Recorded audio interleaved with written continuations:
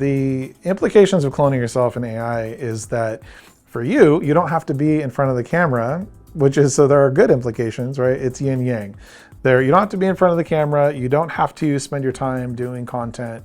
Flip side of that is that content creators are going, I'm not going to say they become a thing of the past, it's just going to change. One, you are putting your likeness out there into systems that you don't own. Read the fine print whenever you're signing or checking that box that you agree to their user license agreement. So ultimately, you could put your photo or clone your voice into something that you gave the right to use that information, and then suddenly you find yourself on an advertisement somewhere. Now, is that likely? It's not likely. Is it possible? It's definitely possible. This is Small Business Celebration, where we introduce you to successful small business owners at their place of business so that you can learn something that you can use today to grow a strong and profitable business and get your next big breakthrough. Where you want this producer? A little bit this way. No. Too far. Okay, can you walk backwards a little bit? No. Right? Producer right Emily, here. we've got to start the show. I know, but the set's not set.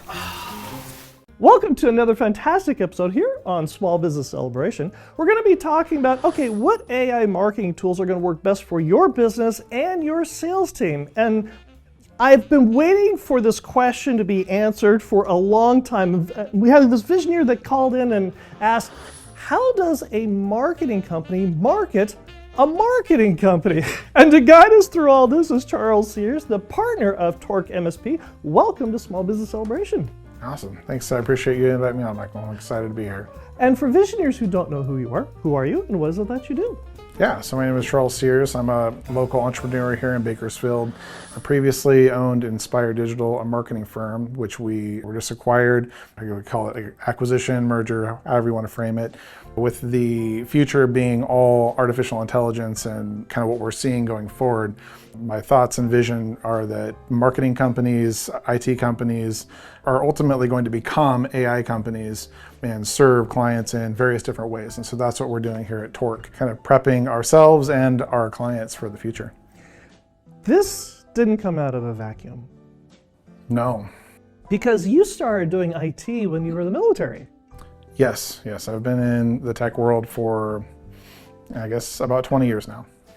What drew you to IT and to AI? My dad owned a grocery store, and they would often do their accounting and run their books on a little desktop computer we had back then, which was Windows 95. Right. I remember getting on and playing video games like the Oregon Trail and some old mechanics. You got dysentery, your dad. Yes. Those were the things that got me into it. So when I joined the Army, I decided to go into the tech field and became a 25 Bravo which is the IT specialist in the Army. National Guard, which I was in for about 11 years. The world is changing rapidly to artificial intelligence. Last week, our guest was Jim Damian with Linian, and he was talking about how AI is being used for systems and processes for a lot of businesses. But you're using AI for marketing. We're using AI across the board at this point, but we definitely started with marketing. Well, AI has been around in marketing for a long time. We've been using it. I've been using it personally since 2020, 2021. It helped you to speed up the process, right? Make us more productive, more efficient, and ultimately reduce human error, which was the goal. AI, and correct me if I'm wrong, is nothing more than very fast computers crunching enormously large data sets. It's a little bit different. So in the computer world, we're used to, especially in the programming world, we're used to the standard way, which is very much just what we would consider normal logic. Like, if this happens, then do this. Right. A plus B equals C. Very, and I don't want to get too deep in the weeds, but with artificial intelligence, it's completely different. We're actually running inference on data, it is true in a way that it's mathematical calculation, billions of calculations happening at any given time, but it's modeled to work exactly the way that a neural network in the human brain works. Really?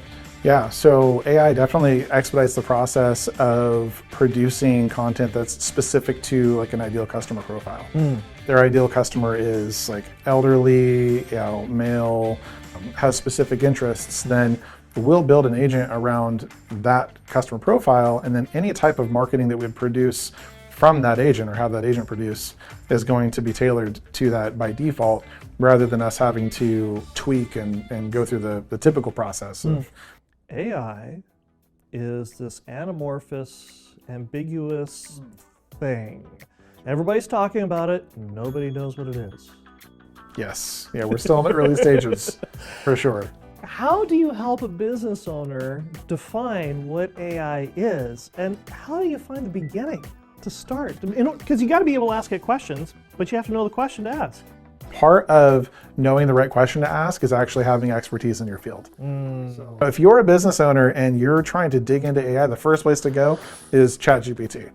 Go to ChatGPT and start using it, because if you're not using it, you're never going to learn how it works. And my suggestion would be to start treating it like it's a person and just talking to it like as if you were talking to someone on the other side of the table. They have a great voice feature, and I use it all the time. Do you use the free version or the paid version? We use the paid version. What? We apply like what we use to our customers a lot. And so we're using it day in and day out, and there are usage limits. So by paying for the additional usage, it frees us up to, ask more questions and get more answers. If you're paying for the paid version of ChatGPT, does it also protect your information? No. Yeah. So that is where hiring a company like ours to come in and build the tools into your business that are going to help increase that productivity is different than just trying to use them yourself.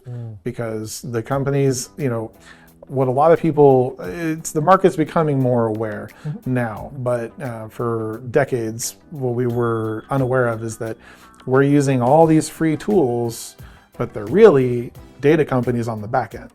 Right? They're taking our information and they're reselling it to other advertisers and data aggregators, and it's the same. So ChatGPT is going to take all the information that you put into it, and they're going to use that information. They're going to clean it up and whatever, but they have the right to use that information to train their new models, which can be used for both good and for bad.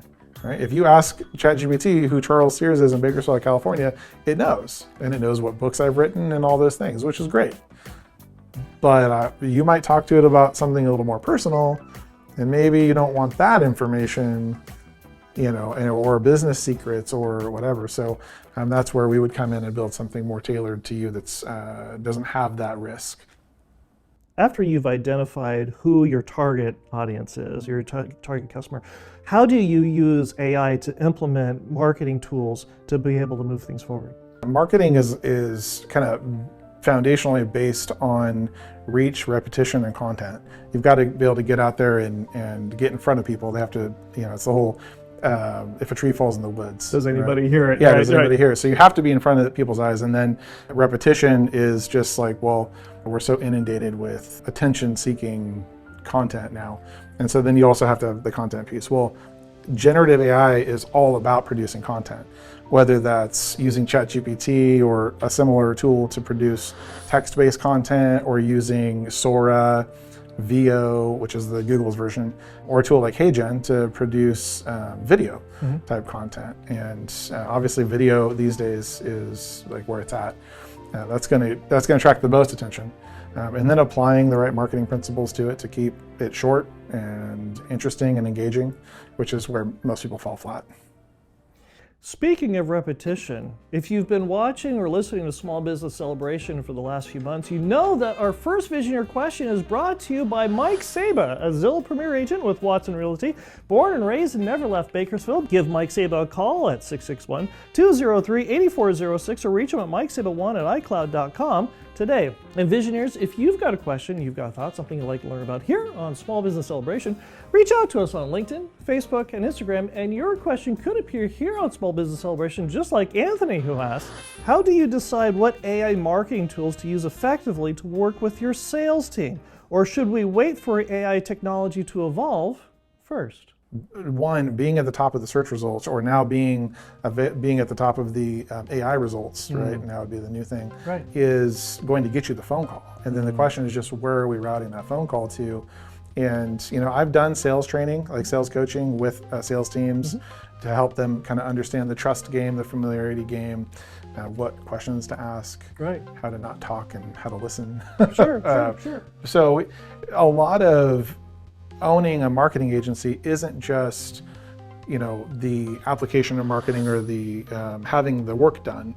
It's also being the, what we call like a fractional CMO or a chief marketing officer for that company in a way, and giving them advice on, hey, how are you positioning your products? How are you building out your payment processing? How are you are you doing, one company, just as an example, right? Just a good example is we had a carpet cleaning company who came to us, and he was new, it was just him, and he would occasionally hire an assistant, and he was struggling. And the typical marketing agency would take someone like that in and say, well, here's what we're going to do. We're going to build you a website. We're going to run advertising for you. And then good luck, right? Hopefully that produces results for you. We'll give you a monthly report. But what I do and what my team does is we go, well, what's your business model? Like, are you just offering one-time service? Are you offering any sort of monthly recurring option where you have more stable income? And what we did with him was we actually created a recurring product for him. He started selling that to his existing clients, and within the year, he got his van stolen. Oh no. Yeah, and it was terrible, right? Because I think he had one van at the time, though. Oh, geez, wow. And if he hadn't had that recurring revenue come in, he wouldn't have been able to buy all the equipment for the new van. So, so we take it maybe like another step from just being, hey, we do your marketing, to, hey, we actually help you be successful in business. How do you go through and teach your sales team when you have all these different products and services available? But some customers need some things, other customers need other things, and the prices are different because the different needs are different. And how do you manage all those variables with your sales team so that, one, they can promote it correctly, execute it correctly, and not confuse your customer? So streamlining is super important, and we've been working on that for the entire time we've been a marketing agency. For example, when we do any sort of search engine marketing, we have a rule, which is that either we build the website or we don't do your search engine marketing. So that is part of the process, is making sure that that piece is done correctly, because that's the foundation. By streamlining the process and saying, when you come to us, these are the things that we do. And then we have other add-ons that you can tack on into your kind of managed services piece. But yeah, just having an a la carte, and then having a little bit of a McDonald's menu. Right, sure. If that makes sense. As of today in this recording, and I'm not holding you to this for 10 years from now, but in general, for the business owner that has 2, 3, 4 employees, and they're not doing any marketing whatsoever, how much can they expect to spend a month typically? So rule of thumb is 10%. So whatever your gross revenue is, you should be spending roughly 8 to 10% of your gross revenue on your marketing budget. Now that doesn't just mean in digital. It can be in various different avenues, but we have to look at how well known are you in the community. Do you have a reputation? Right, so if you go on, I don't know right now, but if you go on Google and you were to look up marketing agencies in Bakersfield, you're going to find a lot. You're going to find a lot, but you're going to find Inspire Digital at least near the top. I haven't looked in a little while, but and it has a reputation. Right. It has reviews. It has legitimate customers who have done business with us and are going to tell you exactly what it's like doing business with us. You're going through a rebrand right now. Yes. Rebrands are scary. Because the classic example is, what if McDonald's decided to change their name? Exactly, right? Yeah. And you previously Inspire. Yes. And why Torq MSP when you're still doing a lot of marketing? Because it's not Torq MSP marketing, it's Torq MSP. Originally, they were two separate entities. We started the IT side of the house. And what I realized is that in the next 3 to 5 years, we're going to see massive changes in the marketplace. You've got tech and marketing already kind of operate in this Venn diagram where, Right. we cross paths constantly. And the MSP part of Torq and other companies stands for Managed Service Provider. The marketing agency is also a managed service provider, right? And so kind of coming in with, hey, now you come to this one centralized location and we can handle your website, your custom emails, your online advertising. We can take care of your computers and laptops and devices. If you have custom software or third-party software, we have an IT department, we have a marketing department. And ultimately, I'm still operating in the same way I have been, which is kind of acting as chief marketing officer for these newer companies, giving them advice, helping them with direction. But now they have additional resources all in the same place. So with trust being the biggest barrier to any sort of business relationship, we're able to establish it on either side of the house quickly. And then eventually we'll be bringing these AI agents to market, which is going to help, efficiency and productivity for all of our existing clients. And that brings us to the Visioneer game. Now, Visioneers, if you're not familiar with the way the game works, I have a random word generator here on my phone. I have no idea what the random words the generator is going to create, but more importantly, neither does our guest. And our guest has to take each of 3 words that I give him and somehow associate each word with his business. Now, Charles, you do realize that the 3 words that you're about to receive here, if you don't get them right, will mean utter devastation for the entire marketing industry. Just done. It's done. So wiped out. Wiped out. Humanity as we know it is true. over and they won't know what to buy. Yeah, I believe that. Are you ready? I was born ready. Okay. Your first word is sentiment. Sentiment. So when you are creating a marketing campaign, you want to ensure that the verbiage that you are using has the correct sentiment for your audience to ensure that you're producing the right emotions that lead them to a sale. Congratulations, that's 1 for 1. You're on your way. Your second word is pump. Pump. When you are writing sales copy, you want to create a certain ambiance, a certain pump or excitement that is going to help the person enter into an emotional state and then lead them towards the next action you want them to take. Congratulations, that's 2 for 2. You're on a roll. And it all comes down to this. The third word. It's all on the line. It's all on the brink. On the brink. If you are on the brink of madness when you're trying to figure out how to market your company and you're not sure what to do, you need to call us over at Torq MSP and we will help you come back from the ledge and show you the right path to take to help your business be more successful. That's 3 for 3. Brilliant.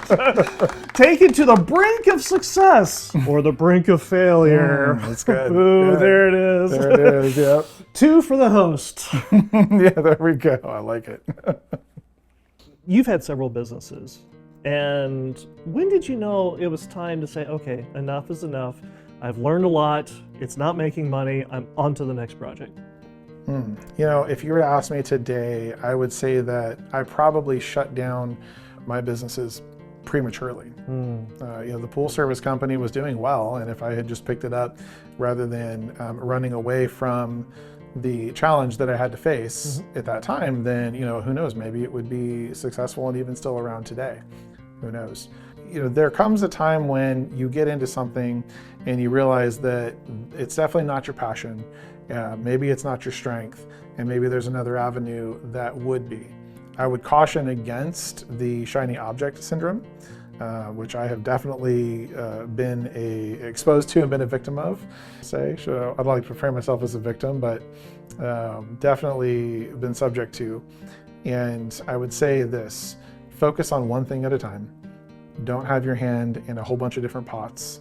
Unless you have someone managing those things for you and you're just like a silent investor, where your attention goes, things get done. What gets incentivized properly gets done.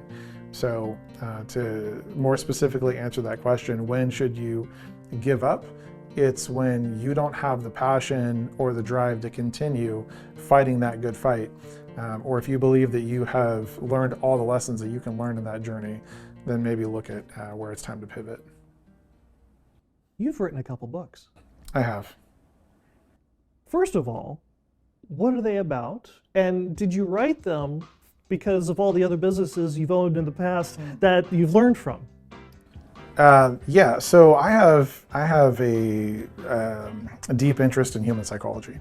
So, from my time in the military where we were learning about social engineering, right, in our information security courses. Were you one of those people that would go into a group of a crowd of people and you would just stop and you would just look at something and then start counting how many people stop to look at what you're looking at? Were you one of those people? That would be definitely one form of social engineering. Yeah. You can definitely, yes, yeah. So yeah, from studying social engineering there to law enforcement, right? I was a deputy sheriff for 5 years. We studied criminal psychology and just the tens of thousands of people that you come into contact with. And then digging into marketing and consumer psychology, and then into artificial intelligence and and the neuroscience behind that, right? So, did you learn this because of the various businesses starting with the pool business you started with? Well, definitely the sales piece, Okay. right? Having to understand how to listen and communicate and what people mean versus what you interpret. Right. Of course, I was young. I was 20. I didn't even know what I was learning back then. Sure. But yeah, right around the time that AI came out, I really wanted to understand how artificial intelligence was going to become sentient. And I'd already been working on some psychology models. I wrote the book for myself. Okay. I thought, well, if I just put this into a cohesive system, and if I take the time to write this book, then I'll have a very good understanding of how to tell the story at the end. That led to a few revisions of the book, and now it's actually used in clinical practice. Wow, congratulations. Yeah, it was really exciting to hear that. So. But yeah, so I wrote a couple books. 2 of them are on the psychology of the human mind, right, and human behavior and motivation. And then the other one is actually a book on marketing. And I just goes through some stories of the different businesses that, we've helped over the years. I don't use the names, but I tell the stories of the pains of these business owners and then how to solve them. And that brings us to our second Visioneer question, which is also brought to you by Mike Saba, a Zillow Premier agent with Watson Realty, selling Bakersfield homes since 1992. Give Mike Saba a call at 661-203-8406 or reach him at mikesaba1@icloud.com today. Visioneer Tanya asks, we hear a lot of noise from marketing companies about how effective they can be for our business. How does a digital marketing company market their own business? I think that's a great observation in the sense that kind of like we talked about earlier, is that everyone likes to promote themselves as the number one, whatever it is. Right. And at the end of the day, I'm all about outcomes, not intent. So while they might be the greatest thing since sliced cheese, if they were, they might not necessarily need to say that because they could just show you their customers saying that. But how does a marketing agency market? Well, I'll tell you that one, it is a little bit of the shoemaker's kids don't have shoes. Right. In a sense, making yourself a customer of yourself can be really challenging. But ultimately, the way that we did it, the way that I approached it was first on-point branding. So whoever our target customer was going to be, that's who we would target as far as our messaging and positioning.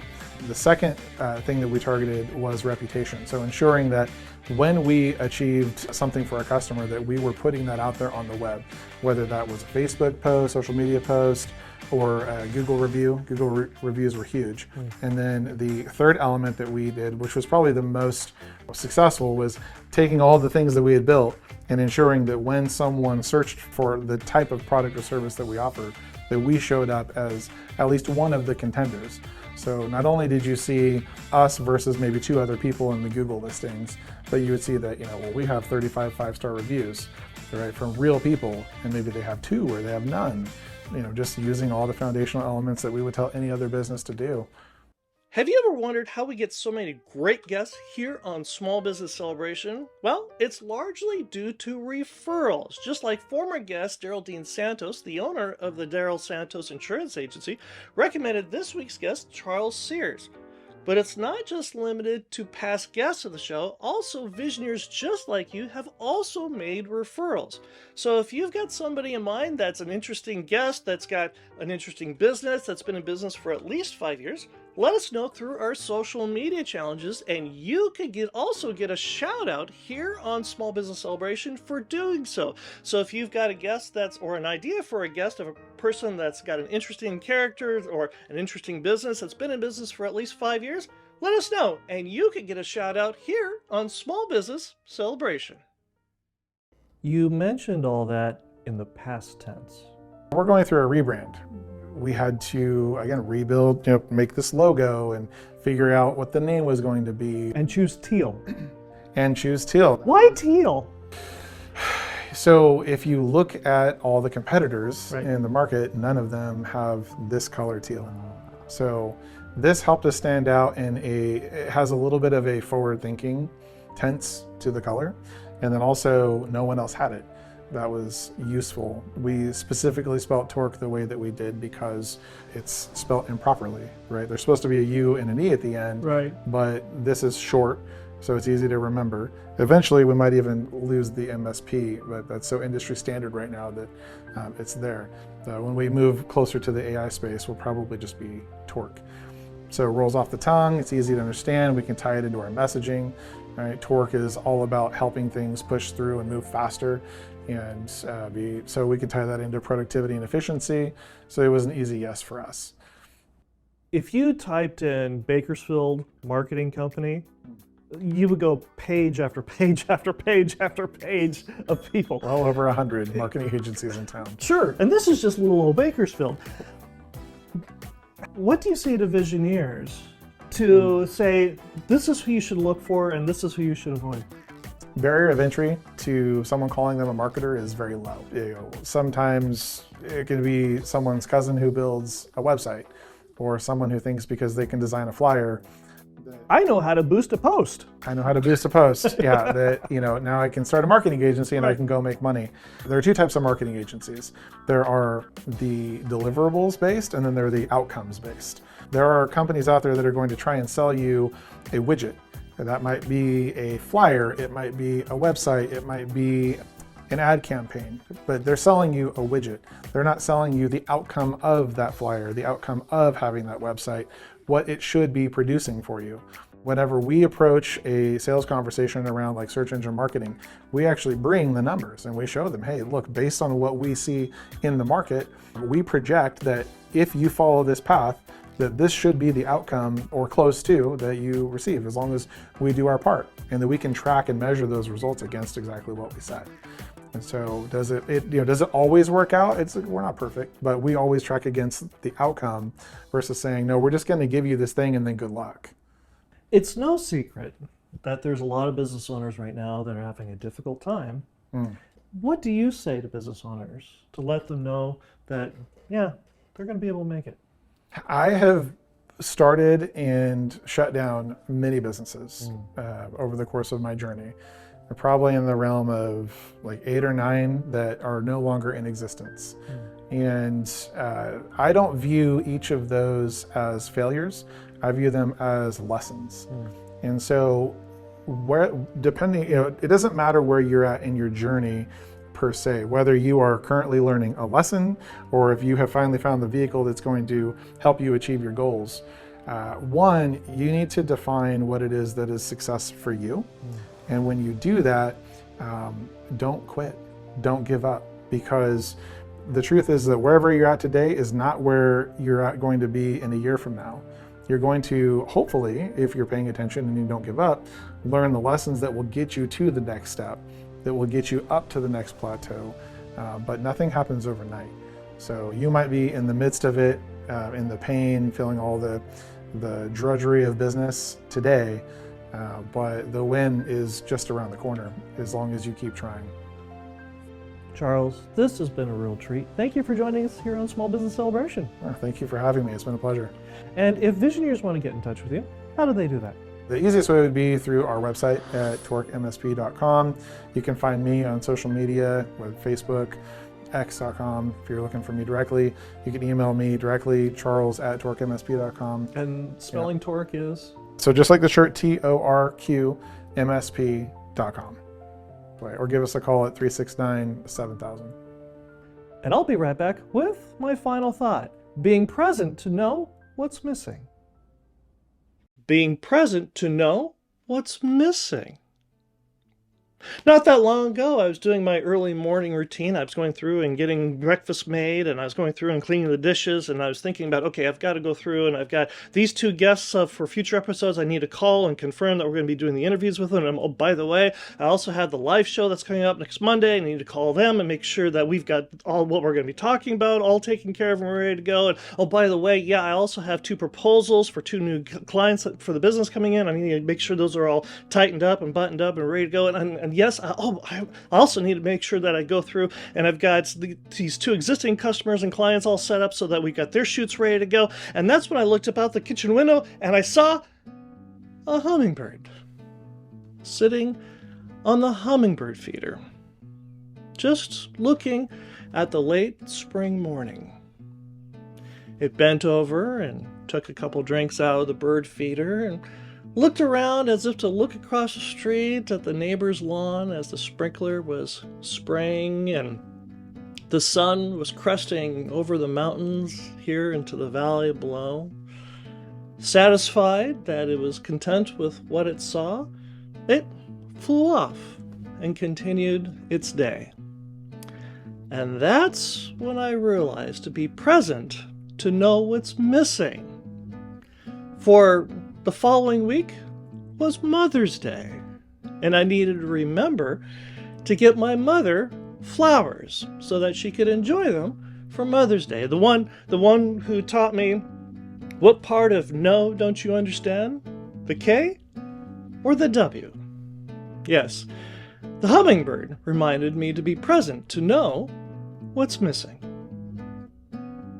I hope you enjoyed our conversation this week here on Small Business Celebration, and I hope you learned something that you can use today to grow a strong and profitable business. And we'll see you here again next week when we celebrate another small business making a big breakthrough. The implications of cloning yourself in AI is that for you, you don't have to be in front of the camera, so there are good implications, right? It's yin yang. You don't have to be in front of the camera. You don't have to spend your time doing content. Flip side of that is that content creators are going, I'm not going to say they become a thing of the past, it's just going to change.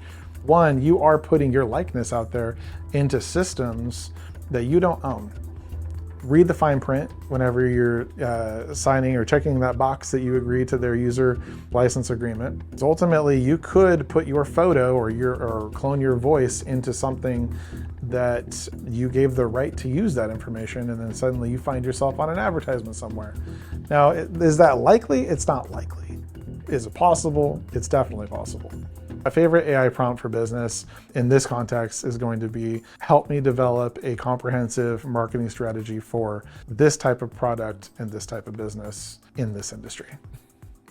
3 ways to implement AI marketing into your business: post daily or multiple times a day. That's an automation. That's not necessarily artificial intelligence, but if you can bring in artificial intelligence, now you can not only do that repetitive task, but you can improve the content that it puts out. If you're not in marketing on a day-to-day basis, like someone like me whose whole focus has been, how do you market hundreds of different types of products to hundreds of different types of people, where I have to learn how it's all the same. If you don't have to do that in your day-to-day, you might not have the right questions to ask or the right answers to apply. Go into AI and ask the question, how do I market my business? Help me come up with a marketing strategy. Give me a list of 5 ideal customer profiles and start learning what it is that you should be doing to get your business out there and let more people know about your product. The number one tool you should be using, AI tool you should be using in your business, is ChatGPT. It's going to help you familiarize yourself with AI. and kind of how the conversation takes place. But they have an entire suite of tools in what are called custom GPTs that can do various things for you so that you don't have to necessarily be an expert, but you can get the benefit of using the tools created by experts. I would start there and then over time expand slowly, because trying to get into the field of AI is like drinking from a water hose. It's important to understand that you are not your ideal customer, that you serve your ideal customer. Your ideal customer can be many different types of demographics. It's about what pain point they're facing. You're not facing the same pain point that your customer is. When you go to position your business, when you go to create your brand, when you go to talk about or sell your product or service, don't focus on what you like about it. Focus on what's going to speak to them. If you're creating a logo or you're having a logo created for you, choose what's going to work for that person in that demographic, in that specific point in their life, with that specific pain, and you're going to have way better results than if you're thinking about the font that you like and the colors that you like and the message that you want to send. Because ultimately business is about serving people, not about serving yourself. A psychology tip that will help you sell more in your business: listen to what the person is signaling and what they mean versus what the words that are coming out of their mouth. If you can try and really hear what they're saying, what they're communicating, and then repeat that back to them, then you're giving them confirmation that you understand their problem. That builds trust. Trust is the #1 barrier to any sort of sale. And if you can't establish any form of rapport or trust with a person, then you can't sell anything. Learning to listen and repeat back what problem or what pain a person is communicating to you is going to get you a lot further than trying to talk about the features and benefits of a product that you sell.